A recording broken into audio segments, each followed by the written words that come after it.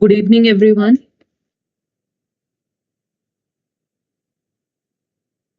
We will start in a bit.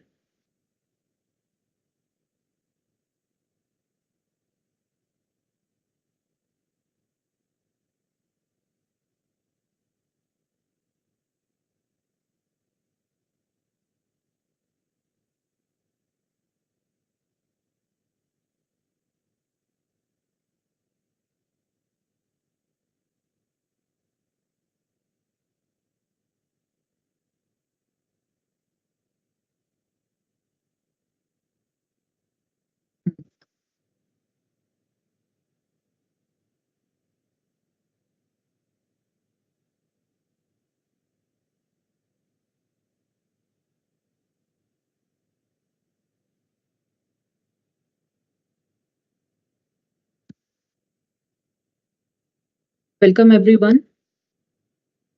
This session is being recorded for educational and outreach purposes. We have schools joining us online. A very warm welcome to everyone joining us for today's Biosphere Reserve Champions webinar. I am Akanksha and I will be your host for this, to have you with us as we begin this meaningful and inspiring journey together.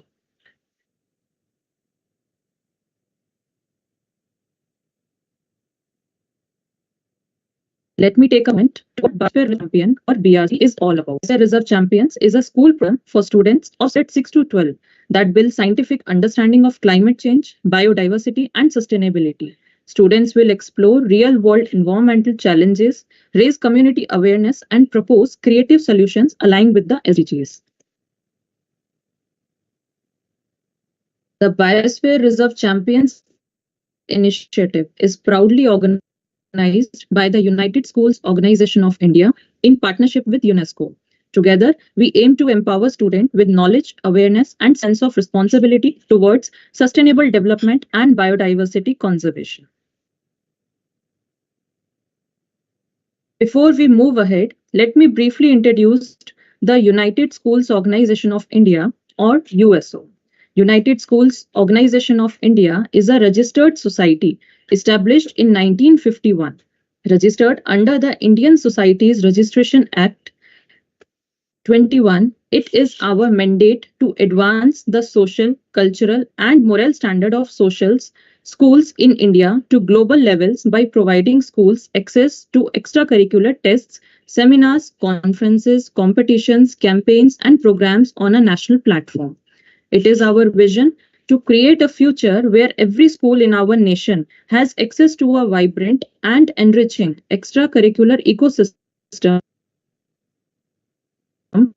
that fosters skills, values, and empower educators and students to excel academically and as responsible global citizens.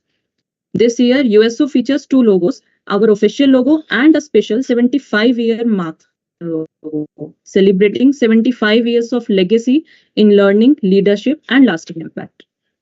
Now that you have heard about USO, it is time to hear about our esteemed partner, UNESCO. UNESCO is the United Nations educational, scientific, and cultural organization. It seeks to build peace through international cooperation in education, the sciences, and culture. UNESCO's programs contribute to the achievement of the Sustainable Development Goals defined in Agenda 2030, adopted by the UN General Assembly in 2015.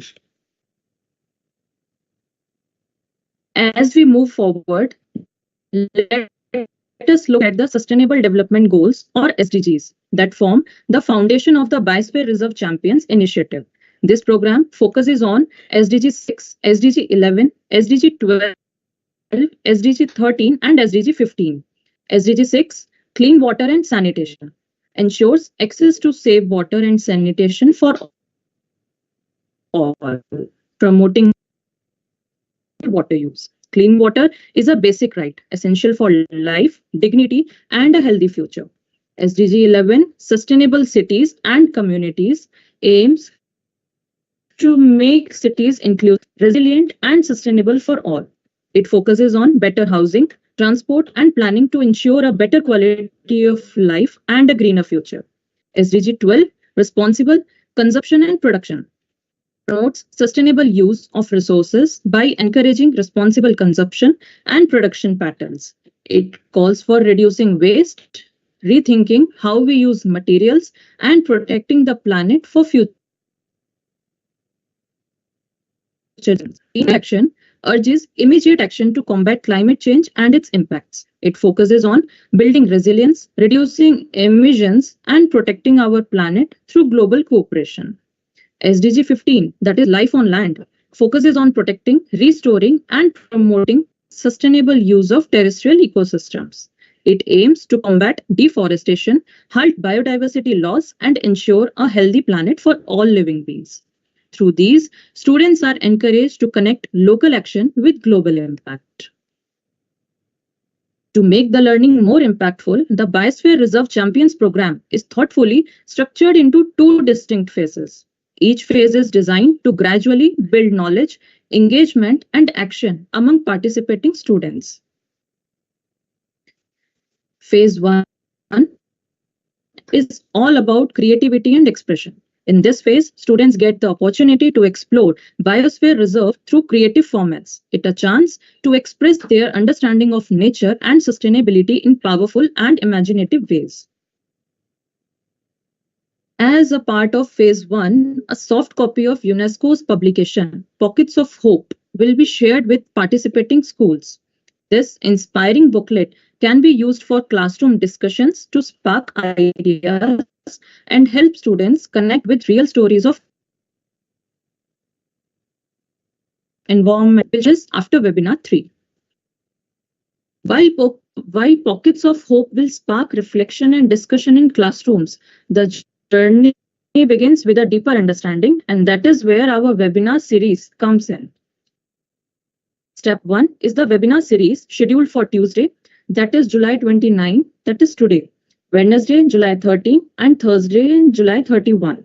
To begin their journey as Biosphere Reserve Champions, students will participate in a series of 3 informative webinars led by experts from UNESCO.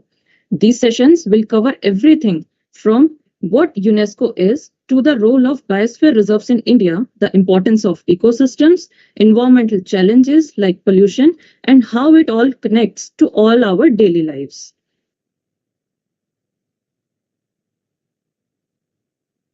With that, let us begin our first webinar in the series. Today's session will focus on UNESCO's point. To begin this meaningful session, it is my pleasure to invite Ms. Neena Jain Ma'am, Secretary General of the United Schools Organization of India, to share her thoughts.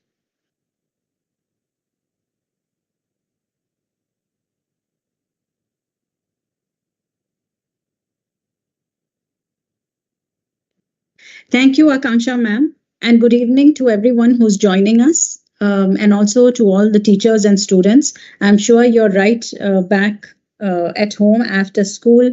So this is a very exciting time to relax, and what better way to relax than to do so through a little bit of learning in a fun way. So to all the schools who have registered in the Biosphere Reserve Champions, we have already held an orientation session. And as part of that, today I'm very pleased about our first webinar, which is UNESCO and Biosphere Reserve. And I'm very, very honored and happy to introduce to you our esteemed speaker for today, Dr. Benno Boer, who is our eminent speaker, who is the Chief of Natural Science Unit at UNESCO. We are very fortunate that he came on board and it will be giving you a very good idea about UNESCO and the Biosphere Reserves, because he has been a leading voice in this field. He is currently the Chief of the Natural Sciences Unit at UNESCO New Delhi and has over 30 years of experience across continents, in Europe, in Africa, in the Arab region, and even in Asia. He has led multidisciplinary efforts, not just in climate resilience, but also in ecosystem restoration, blue carbon science, and biosphere conservation. He has also authored and co-edited books, most recently on the water energy food nexus, and he has also spearheaded projects on mangroves, blue carbon, educational films, and climate science literacy. Presently, he co-edits UNESCO's Blue Carbon Ecosystems for Sustainable Development series and contributes to the World Climate Atlas Initiative. So we all put our hands together to welcome Dr. Benno Boer so that he can give us this very eye-opening, his perspective on UNESCO and Biosphere Reserves. Dr. Benno, I hand it over to you now. Thank you very much, Ms. Akansha, and thank you very much, Nina, for inviting me. It's always a pleasure working with you personally and with the United School of India organization. So I don't know if you need to unshare first before I can share. No, I believe if you can just click on the share. Yes. Okay, I will do that. Can you hear me well? Yes. Because I could hear you very well, Nina, but I could not hear Akansha. There were some audio issues, so I'm pleased to realize that you can hear me. Let me just share. So can you see that? Yes, we can see that. Very good. Then let me turn to a slideshow. Presentation, yes. Where do I go? Where do I go on the slideshow from current slide? All right, you can see that, yes? Yes, we can. Very good. So what you can see here on this first slide, I have put 30 slides together for you. So I will be speaking about 25 to 30 minutes. Is on the photo you can see the UNESCO headquarters in Paris, in France. It's the very iconic building of UNESCO is not very far away from the Eiffel Tower, which I'm sure that you have all seen that before. And UNESCO works in 2 languages, in English and in French. And in English, it's the United Nations Educational, Scientific and Cultural Organization. And in French, it is called Organisation des Nations Unies pour l'éducation, la science et la culture. So in UNESCO, we have, of course, like all other United Nations agencies, peace as the prime motive to exist. I cannot go down from this slide for some reason. Maybe let me try to, I cannot do anything with my screen right now. Is the arrow keys are not? So let me just try again. I go on slideshow, I go to the next slide. Yeah, now it works. So the origin of UNESCO is based like the origin of all United Nations agencies. You can see this, yeah? You can see the new slide with the broken gun. The origin of UNESCO? Yes. Yes, so we can. The origin of UNESCO is based on the First and the Second World Wars. They caused so much human tragedy that it is undescribable, and it was believed by some visionary women and men at the time in 1945 that we need to have a global platform to foster peace on the issues of education, science, and culture.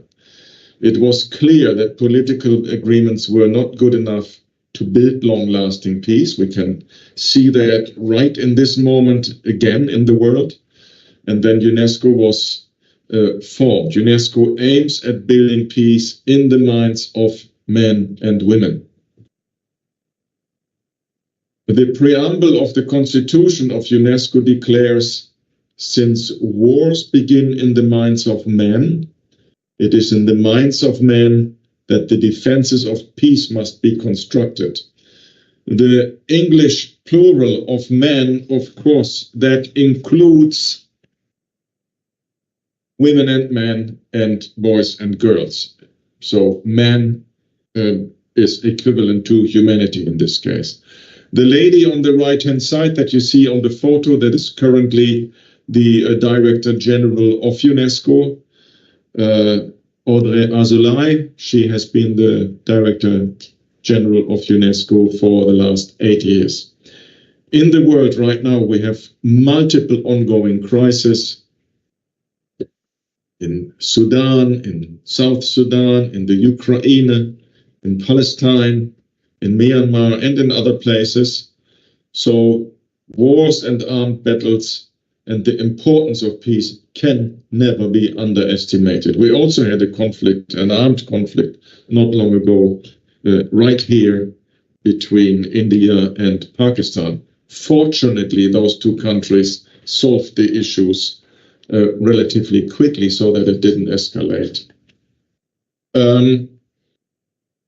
Peace is more than the absence of war. It means justice and equity for all as the basis of living together, free from violence and in harmony with nature. The mandate of UNESCO is a very broad mandate. It includes the education sector, the natural science sector, the social and human science sector, and culture and communication and information. Education sector in UNESCO, in a nutshell, it supports education so that every boy and every girl has access to quality education as a human right. In the social and human sciences sector, we are supporting managing social transformation and learning to live together. Social transformation, just imagine, for example, the Kingdom of Bahrain, the state of Kuwait, the Kingdom of Saudi Arabia, the United Arab Emirates, the Sultanate of Oman, the state of Qatar. Those were all countries 50 years ago. They hardly had any school or any road, and now they have become the richest countries in the world by per capita income. So that's a social transformation, going from the poorest of the poorest to the richest of the richest. And with it comes enormous challenges, and that's what we mean with managing social transformations. And we need to learn to live together. In India, here we have other challenges. We have the challenge of Hindus and Muslims and Christians and other religious groups and ethnicities to live peacefully together. In the culture sector, we have building intercultural understanding through support for cultural diversity. And then we have the communication and information sector that is advancing and advocating for the free flow of information as essential for human dignity.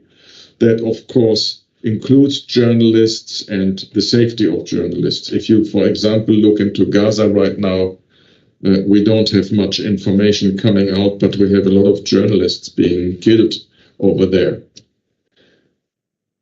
In the natural science sector, that's in yellow, we are pursuing scientific cooperation to keep ecosystems and the human life support system intact. Ecosystems are, of course, systems that consist of soil, air, water, and biota. And what I mean with the human life support system, the ecosystems are providing us with the air to breathe, the water to drink, and the food to eat. So the science sector, the natural science sector at UNESCO, it has 3 divisions. One division takes care of ecology and earth science. That is also taking care of the World Network for Biosphere Reserves, of which I will show you some photos in a minute after I have completed my introduction here. In the hydrological science division, we are dealing with water resources management and water management capacity. We also have a division on policy and basic sciences. There we are looking into issues like biology, chemistry, mathematics, physics, engineering, and science technology. But then we also have two sections at the natural science sector. One is on small island developing states. Here in the region, the Maldives are a small island developing state. And we have also in the division of ecology and earth science a section that deals with local and indigenous knowledge, because we cannot just have our ecosystem managed based on modern knowledge. Let's turn to India. India is a founding member state of UNESCO since the 4th of November 1946. That was a year before independence. The Taj Mahal, of course, is the Indian icon. It was named as a UNESCO World Heritage Site in 1982. And India has currently 44 World Heritage Sites, most of them cultural heritage, some of them here in New Delhi, and some of them are natural heritage sites, and some of them are mixed heritage sites. Since we do have, in this moment of history, a triple planetary crisis, let me talk a little bit about that, because it is related to human survivability. Our planet is the only place where humans could evolve and where humans can survive. So we must not tamper with the human survivability. Our survivability, it requires fresh air to breathe. Currently, there is no sustainable development goals on fresh air only, but clean air is manifested in some of the other sustainable development goals, but there is no standalone SDG on air to breathe.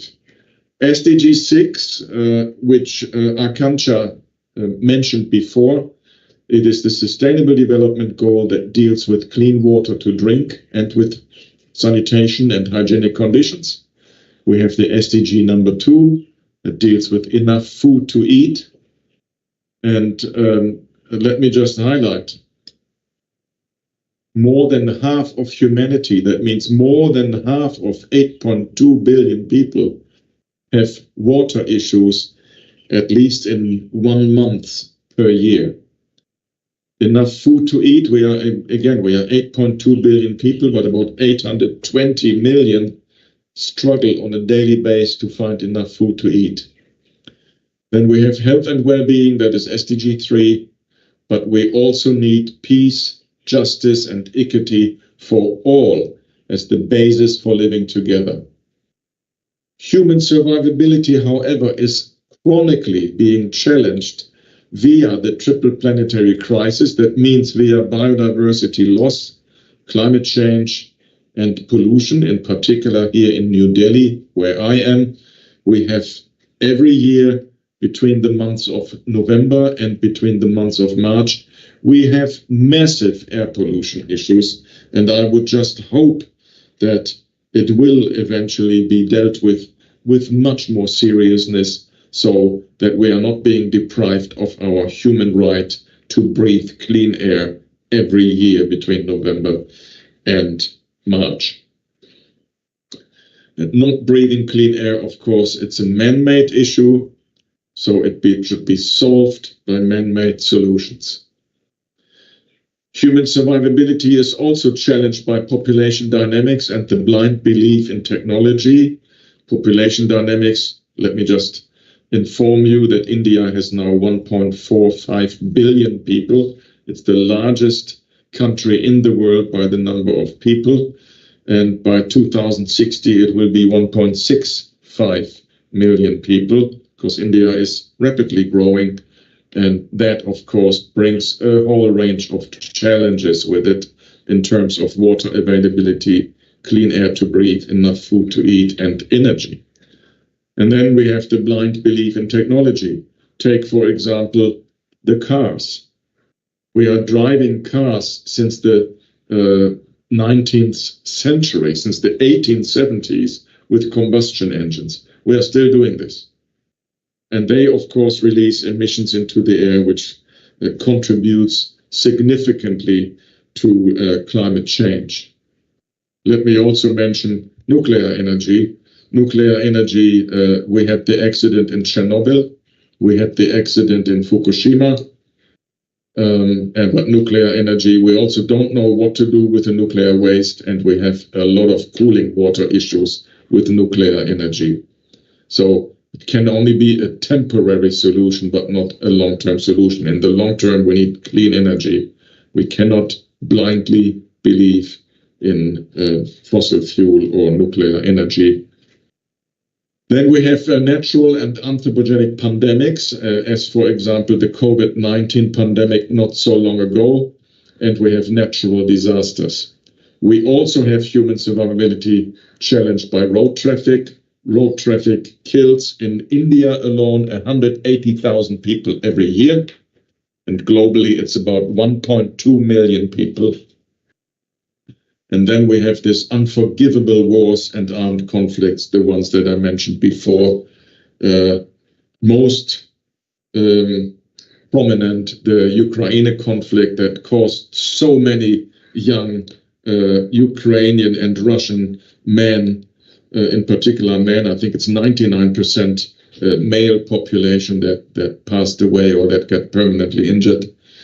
But we also have these conflicts in Sudan, South Sudan, and then, of course, the unacceptable situation in Gaza. On biosphere reserves, there are currently 12 biosphere reserves in India. UNESCO supports the identification, establishment, and management of the World Network of Biosphere Reserves.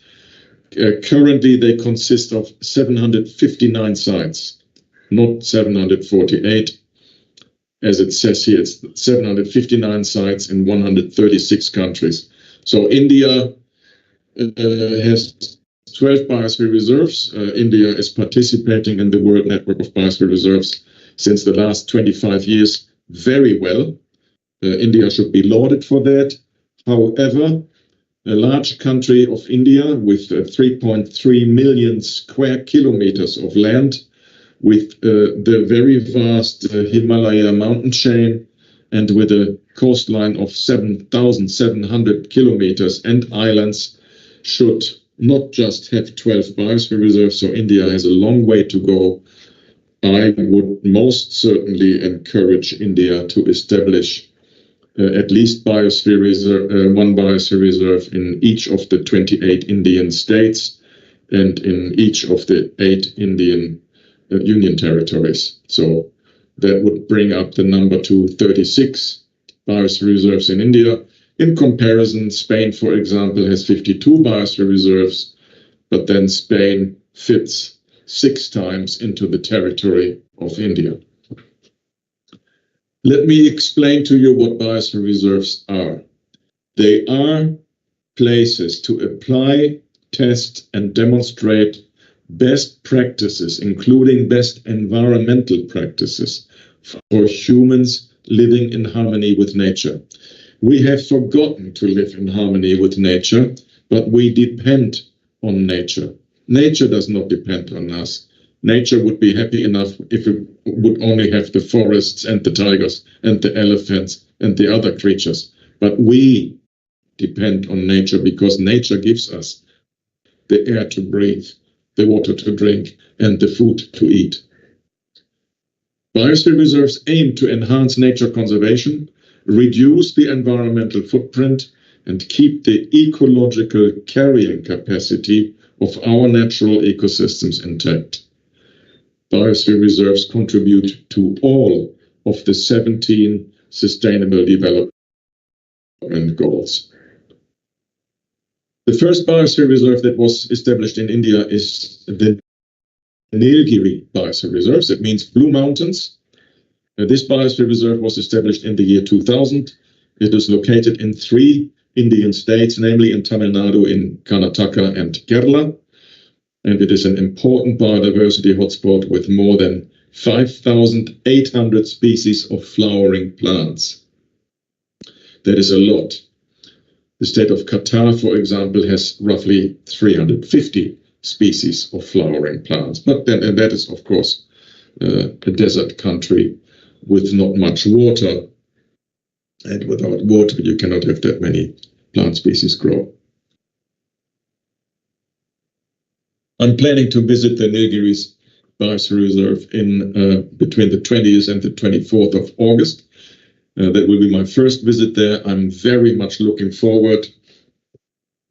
And I'm traveling there by train, by the way, to reduce my own carbon footprint rather than flying by aeroplane.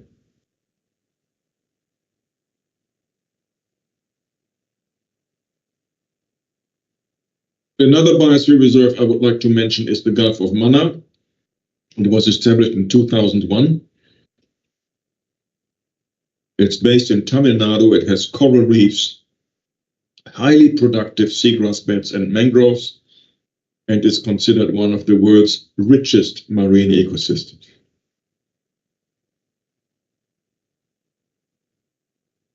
The Indian part of the Sundarbans was established as a UNESCO Biosphere Reserve in West Bengal.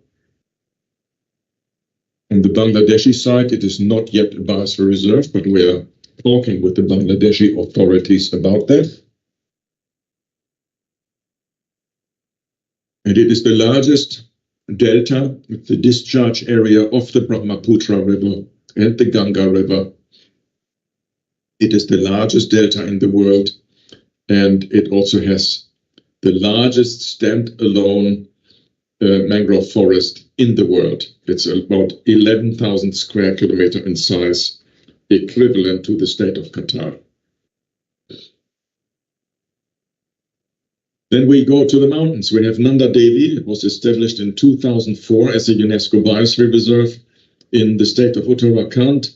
It has many endemic species and the highest peak at 7,800 meters above sea level, located in the Himalaya.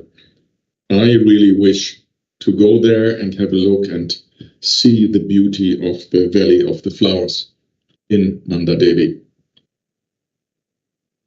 Creek was established in 2009. It is located in Meghalaya. The Biosphere Reserve is home to the tiger, to the leopard and elephants, as in many Indian Biosphere Reserves. It also has the red panda and the hoolock gibbon. Shifting agriculture is the most important economic activity of the local people in Nokrek. Then we have Pachmarhi. It was established in 2009, located in Madhya Pradesh. This Biosphere Reserve is part of the Genetic Express Highway, linking two biodiversity hotspots, the Eastern Himalayas and the Western Ghats. Similipal is located in Odisha. It was established in 2009. This Biosphere Reserve is characterized by waterfalls and streams and large rivers, and it's home for indigenous people in 1,265 villages. This is very important. Biosphere reserves are not just about trees and birds like you see on the right-hand side of the picture. Biosphere reserves are with people. People must live in a biosphere reserve, and they must test and apply and demonstrate best environmental practices and living in harmony with nature. So the people should also embrace elephants, tigers, leopards, birds, soil, water, and trees and flowering plants and all other creatures. Then we have the Achanakmar Amarkantak Biosphere Reserve, which was established in 2012. 27 tribal and non-tribal communities inhabit 418 villages in these dramatic landscapes of Madhya Pradesh and Chhattisgarh. Great Nicobar, of course, it's located in the eastern islands, the famous Nicobar and Andaman Islands.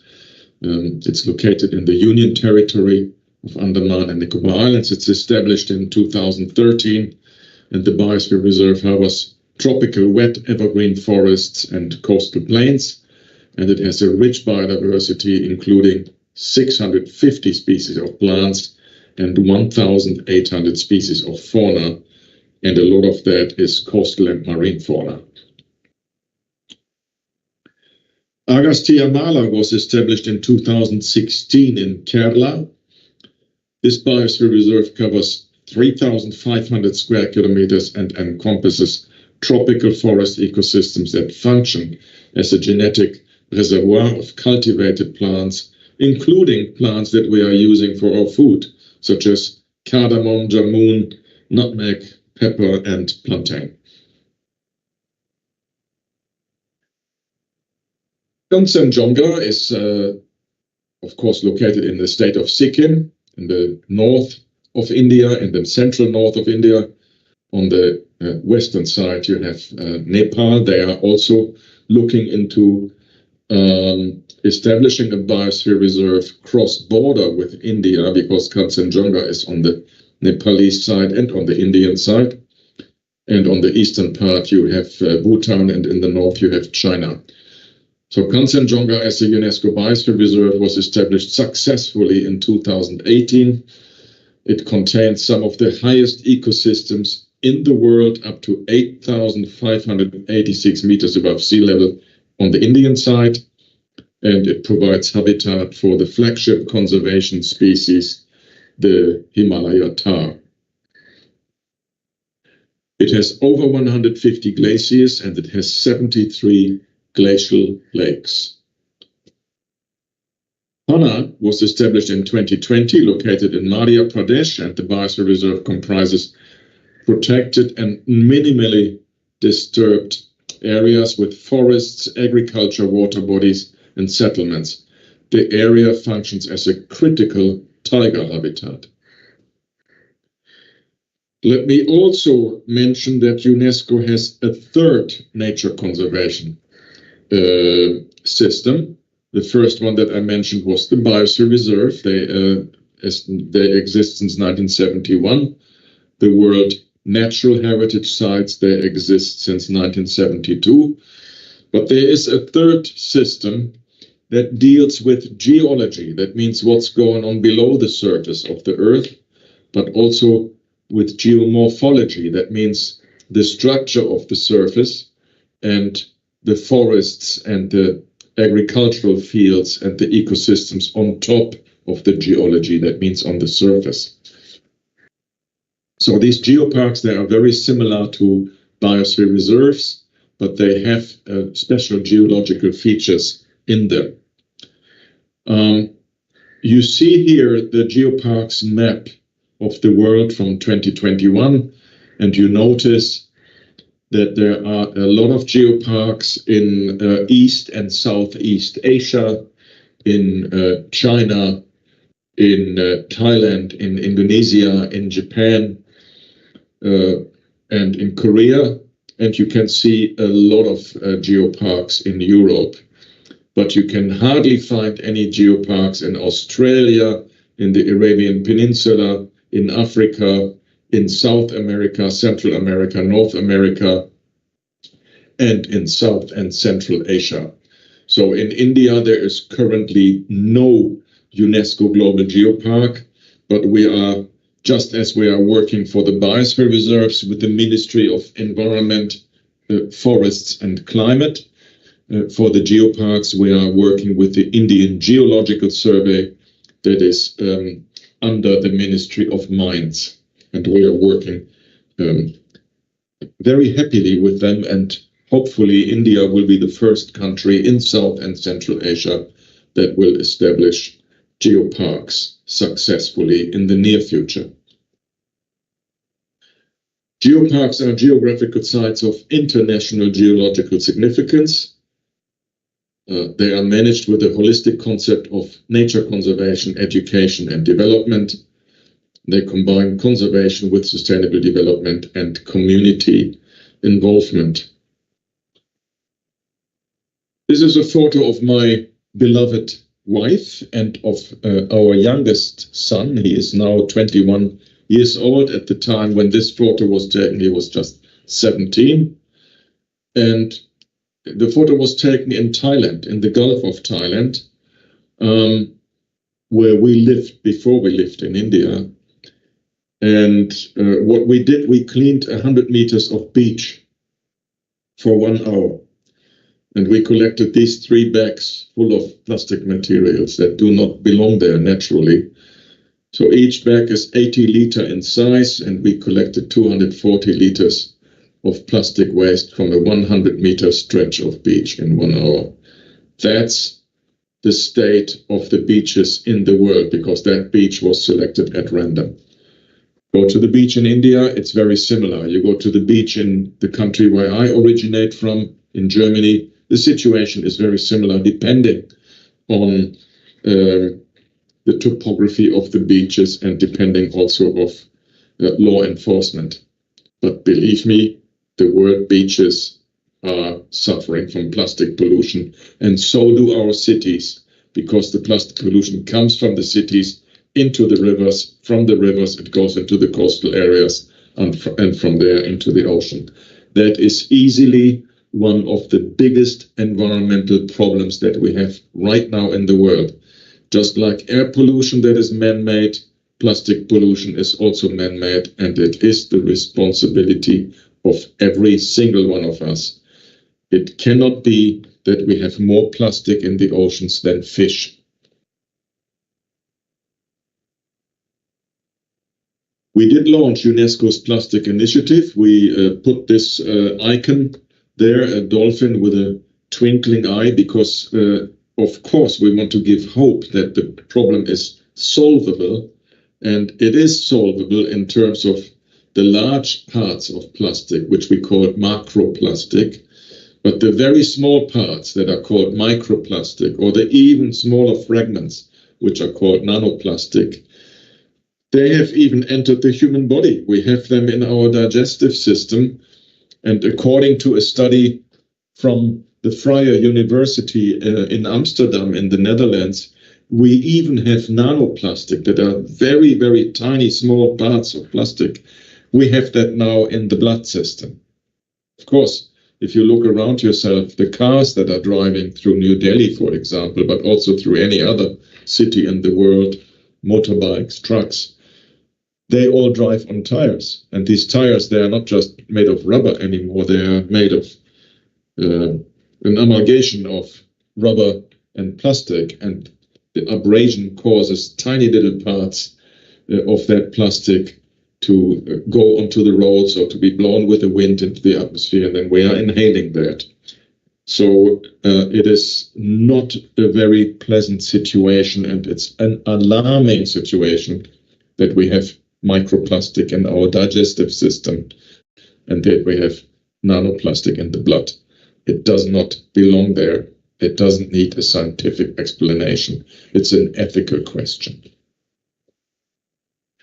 We have developed a brochure, I think, Nina, that you are sharing that with everybody, right? Can you just confirm that? Yes, absolutely. We'll be sharing a soft copy with all the schools of Pockets of Hope. Thank you, Nina. So this is a brochure that explains a little bit the biosphere reserves in India, in Sri Lanka, and in the Maldives. And a new book is being produced that's also called Pockets of Hope, where we will share that also for free with everybody. It will be available as an open access publication. We will launch it hopefully in September this year. On the biosphere reserves in India, in Iran, in Pakistan, in Kazakhstan, Kyrgyzstan, Uzbekistan, Turkmenistan, Bhutan, Nepal, Bangladesh, Sri Lanka, Maldives, and so on. 14 countries. 4 of them do not yet have biosphere reserves, but soon they will have biosphere reserves, because humanity needs these pockets of hope as places for ecosystem conservation and to demonstrate how we should live as humanity in harmony with nature. Other books that we have produced recently are 3 books called The Water, Energy and Food Security Nexus in Asia and the Pacific. We have 1 volume on the Pacific states, the small island states in the Pacific, but that's also for Australia, Japan, New Zealand. And we have another volume on East and Southeast Asia. And we have 1 volume on Central and South Asia that includes India. And those of you who would like to read these books, they are available for free. And I can share the link with Nina, and she can further add on to the schools that might be interested in this. These books are very successful. They have a download rate of 112,000, so we are quite proud of that. We have also produced a book called The Braided River. A braided river, unlike a meandering river, it is a symbol that we used to describe the universe of Indian girls and women in science, because for women and girls it is significantly more difficult on average to participate in science, not so much at the school level or the university level, but on the jobs. Indian girls participate very well at school. They also participate very well in secondary and tertiary education, but then there is a very steep drop of more than 50% participating, then to only 28 or 25% participating. So this book, it reviews promising practices and offers recommendation on how to strengthen the participation of Indian women in science. And imagine, with a number of 1.45 billion people, we are talking about 700 million women and girls, more than that actually, and we should encourage them to participate, and we should also arrange for an environment of employment and an environment conducive for entrepreneurship for women and girls to more participate in science on the jobs. Because if we do that, we can solve issues like biodiversity loss, climate change, plastic pollution, air pollution, and so on much sooner. We have also produced an exhibition called Climate Science Literacy. UNESCO was the lead agency for that. We have done that in partnership with a whole range of other United Nations agencies, such as, for example, the United Nations Environment Programme and UNICEF and others. We have it available in 7 Indian languages. We also have it available in English, in Spanish, in Thai, in German, in Chinese, in Laotian, Vietnamese. And we have established this exhibition printed on recyclable aluminium plates in a biosphere reserve that is coming up in Bhutan. We have established it in the Ananda College in Colombo in Sri Lanka. We have also exhibited that as a permanent exhibition in the Muratuwa University in Sri Lanka. We will exhibit it very soon in the Vellana International Airport in the Maldives. And in India, we have established it at the SIES University in Mumbai. At the Terry University, we just launched this last Friday here in New Delhi. And we will have another launch at the Indian Mountaineering Foundation in New Delhi and at the UNESCO office in Chanakya Puri itself soon. On mangroves, we have produced a global mangrove ecosystem exhibition with 125 plates covering all countries in the world and all overseas territories in the world that have mangroves. India features 4,300 square kilometers of mangroves. And even though it used to have a decline in mangrove coverage, India has begun to manage the mangrove ecosystems quite well. I don't think that the loss of mangrove system in India is continuing. I think there's actually quite a bit of restoration going on. But globally, we have 147,000 square kilometers of mangroves. Indonesia has most of them. Brazil has a lot of mangroves. Mexico has a lot of mangroves. Papua New Guinea, Myanmar, Bangladesh, and India has 4,300. Also, Nigeria has a lot of mangroves. We need these mangroves. They are blue carbon ecosystems of tremendous importance for climate resilience, for climate mitigation, to store atmospheric climate in the soil. Other forests are not doing that. They store them in the trees. Mangroves store them in the trees and in the soil. And the mangroves that we have lost, we need to restore them globally. Finally, there is enormous potential for more biosphere reserves to be established in India. I would also like to encourage India to identify and establish global geoparks. This relates to reducing the triple planetary crisis and to enhance the human life support system. And only our planet, only planet Earth, can provide the human life support system to us. We don't know any other place in the whole wide universe. There might be other places, but we don't know them, and we can't reach them, at least not in this moment of history. Thank you very much.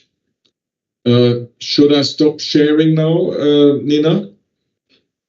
Yes, I guess you can stop sharing and we'll share our slide. But I just wanted to thank you very much for that very insightful presentation.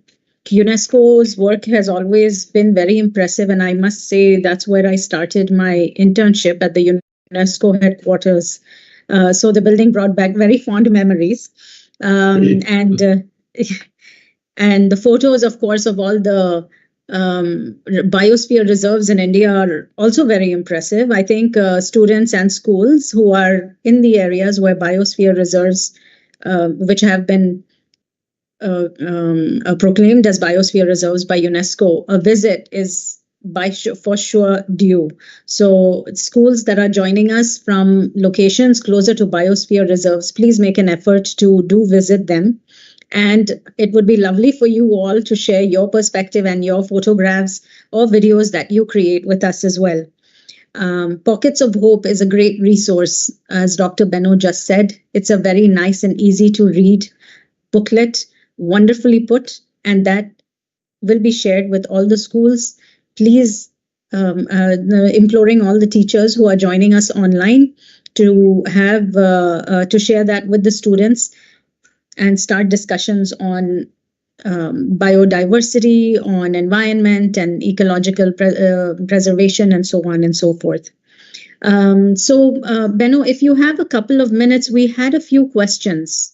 Yes, I will pass this on to Akansha ma'am, who will read the questions that she's got. So if you had a couple of minutes to answer those, please. That will be my pleasure. Thank you. So question number 1 is, which country has the most biosphere reserves? Okay, I answered that already in my presentation. It's Spain. I think Spain has 52 biosphere reserves, and it reflects very well the political will. It is highly advisable that any country in the world should develop. I have an echo now. I cannot. Somebody needs to switch off the microphone. Okay. It is highly advisable for every country in the world, every single member state of UNESCO. UNESCO has 194 member states. It is highly advisable to establish biosphere reserves. Those countries that do not yet have biosphere reserves, please familiarize yourselves with biosphere reserves. Establish biosphere reserves, identify them, establish them. We assist you with the management plan. And it's not just we as UNESCO, it's the entire world network of biosphere reserves, 759 biosphere reserves. You can then reach out to them and they can share their experiences with you. We have also just established a flyer on the benefits of biosphere reserves. So Spain has 52. The other two countries that are very well participating, of course, it's the largest country in the world, Russia. I think they have 48 biosphere reserves. And Mexico has also 48. And then other countries that have a large number of biosphere reserves, China, they have something between 35 and 38 biosphere reserves. And I would like to encourage everybody, including India. India should have, in my opinion, India should easily have 100 biosphere reserves. But the next step, as I said, encourage all the Indian states and the union territories to at least have one biosphere reserve. Thank you so much, sir. Our next question is, how does nanoplastic enter our body? Good question. I don't really know. It can, from what I can tell you, it can only enter through 3 different avenues that I could think about. One is through our breathing system. Most certainly, the air contains nanoplastic, especially in urban settings. That means especially in cities where you have a lot of plastic use and where you have a lot of car tires. So through the breathing, it could enter our body through the respiratory system. That means through the mouth, through the trachea, and then through the lungs, through the bronchia and the lungs. Another system that I can imagine how nano and microplastic enters our system is through food that we eat. Some of the food might be contaminated with micro and nanoplastic. Imagine, for example, zooplankton. Zooplankton will be consumed by crustaceans and fish, and then we eat the fish and the crustaceans. That means we eat the fish and the shrimp and the lobster, and then we get this through the food chain. Of course, vegetarian food intake has an advantage because that will be less contaminated with plastic, I would presume, but I don't know that, but I would believe that. It is something that needs to be studied by universities in MSc and PhD systems. The third way that a nanoplastic can enter our body is perhaps through our skin, including through our pores. Unfortunately, the cosmetics industry, they have nanoplastic. They put it on purpose into some of their products, into some of their soaps and shampoos and skin products. They put nanoplastic on purpose in there because they believe that it is good for skin care, which for me is, of course, a completely perverted nonsense. But through shampoos and through skincare products, we can get nanoplastics through the pores and through perhaps even through the skin into our system. So I can only call on you, read what kind of soap and what kind of shampoo and what kind of skin care product you buy. If you buy anything that contains nano and microplastic, I wouldn't buy it. I buy shampoos. I mean, I don't want to point out certain companies. You need to figure that out by yourself. But it's through the breathing, through the food intake, and perhaps through the pores. I'm not sure about that.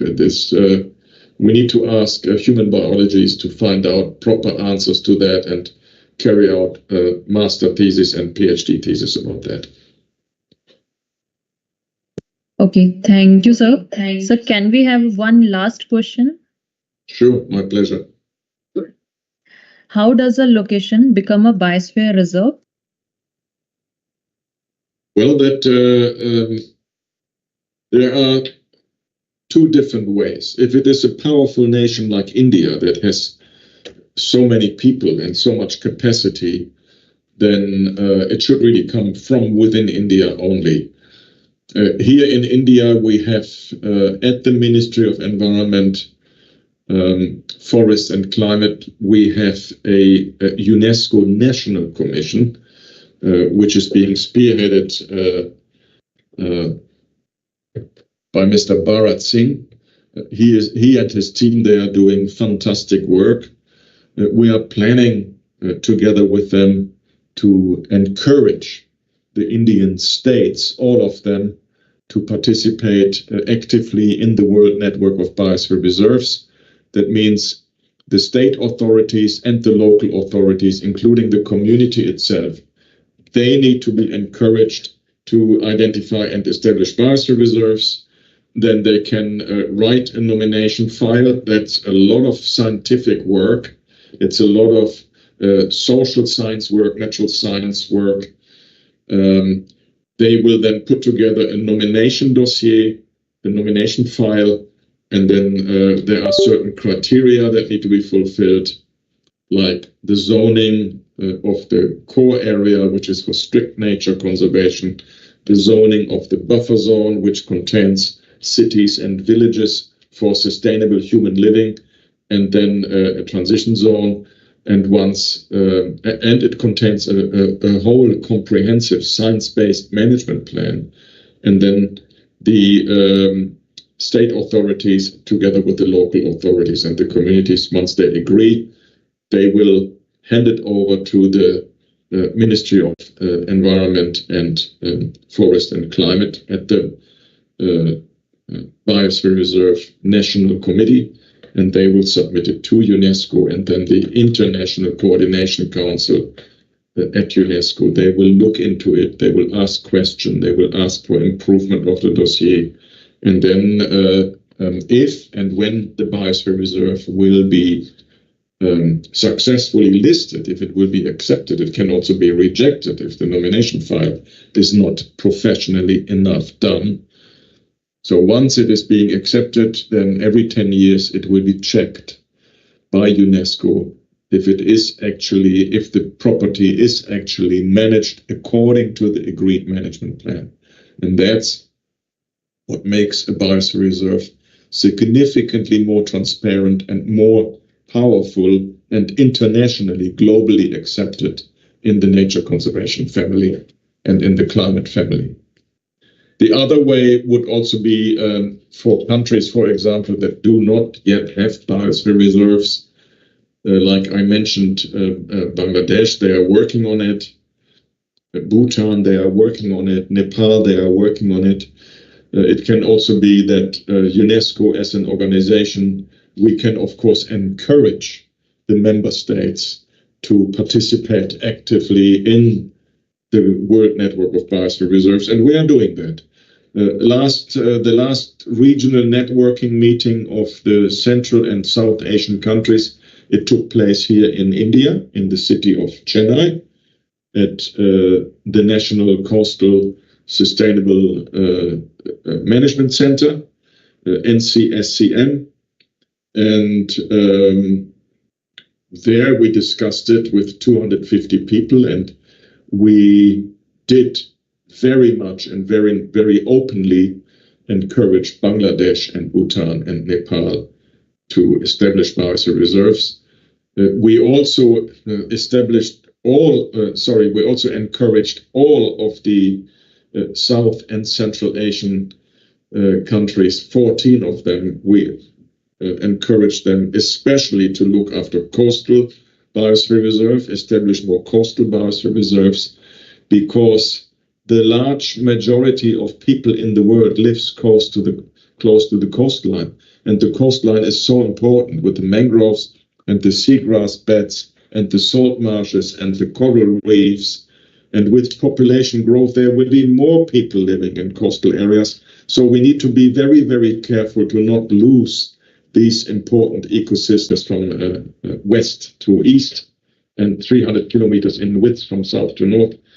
We would like to see more biosphere reserves to be established in the Himalaya and Hindu Kush mountain chain. So governments can do it by themselves, with state governments, with local communities, or UNESCO can also encourage countries to establish biosphere reserves.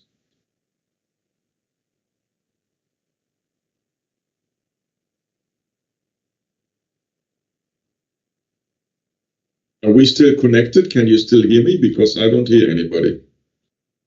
Yes, ma'am. Yes, sir. We can still hear you. Actually, I think there was some connection problem. Oh, you couldn't hear my words? Sir, we can hear you, but there is still a connection between your the video part. Okay, let me just But we switch can my still video hear you. No off issues. then. Can you hear me better now? Right. Yes, sir. It's okay. No issues. Okay. Thank you so Basically, much, sir. in summary, the third insightful question, I said that governments can identify and establish biosphere reserves and submit a nomination file to UNESCO, but UNESCO can also encourage governments to establish biosphere reserves. Right, sir. Thank you so much. Thank you so much, sir, for that insightful and enriching session you gave us. You are very welcome. So if my presence is no longer needed, I would then switch off. Sure, sir. Today's webinar has truly laid the foundations for your understanding and the importance of UNESCO and Biosphere Reserves. We are sure our young champions and the teachers have gained a lot from today's session. They find this session enlightening, and thank you for those detailed responses, sir. Thank you for taking time out of your busy schedule to be with us and share your valuable insights. It's my great pleasure. I feel privileged that I was allowed to speak to you, that we had a lot of young people with us, and please reach out anytime. Feel free to share my email address for those who wish to be in contact. And I really thank you and Nina and everybody who was here with us. And then I will log out now and wish you a very nice rest of the day. Thank you, everybody. Thank you so much, sir. Thank you. Thank you, sir. Okay. Before we close, let's take a quick look what comes next. Do not forget to join us tomorrow for webinar 2 at 4 p.m. on the topic India and Biosphere Reserves by Mr. Bharat Singh, Director, Ministry of Environment, Forest and Climate Change, Government of India. Thank you for being a part of today's webinar. A heartfelt thank you to our distinguished speaker for sharing such meaningful insights and inspiring perspectives. We deeply appreciate the time, effort, and expertise you brought to today's session. To all the wonderful students, teachers, and attendees, thank you for your enthusiastic participation and thoughtful presence. Your energy and curiosity made this session more interactive and enriching. We look forward to continuing this learning journey together in the upcoming session of the webinar, BRC webinar series. And also, do not forget to share, like, and subscribe to our YouTube channel. Thank you so much for today's webinar session.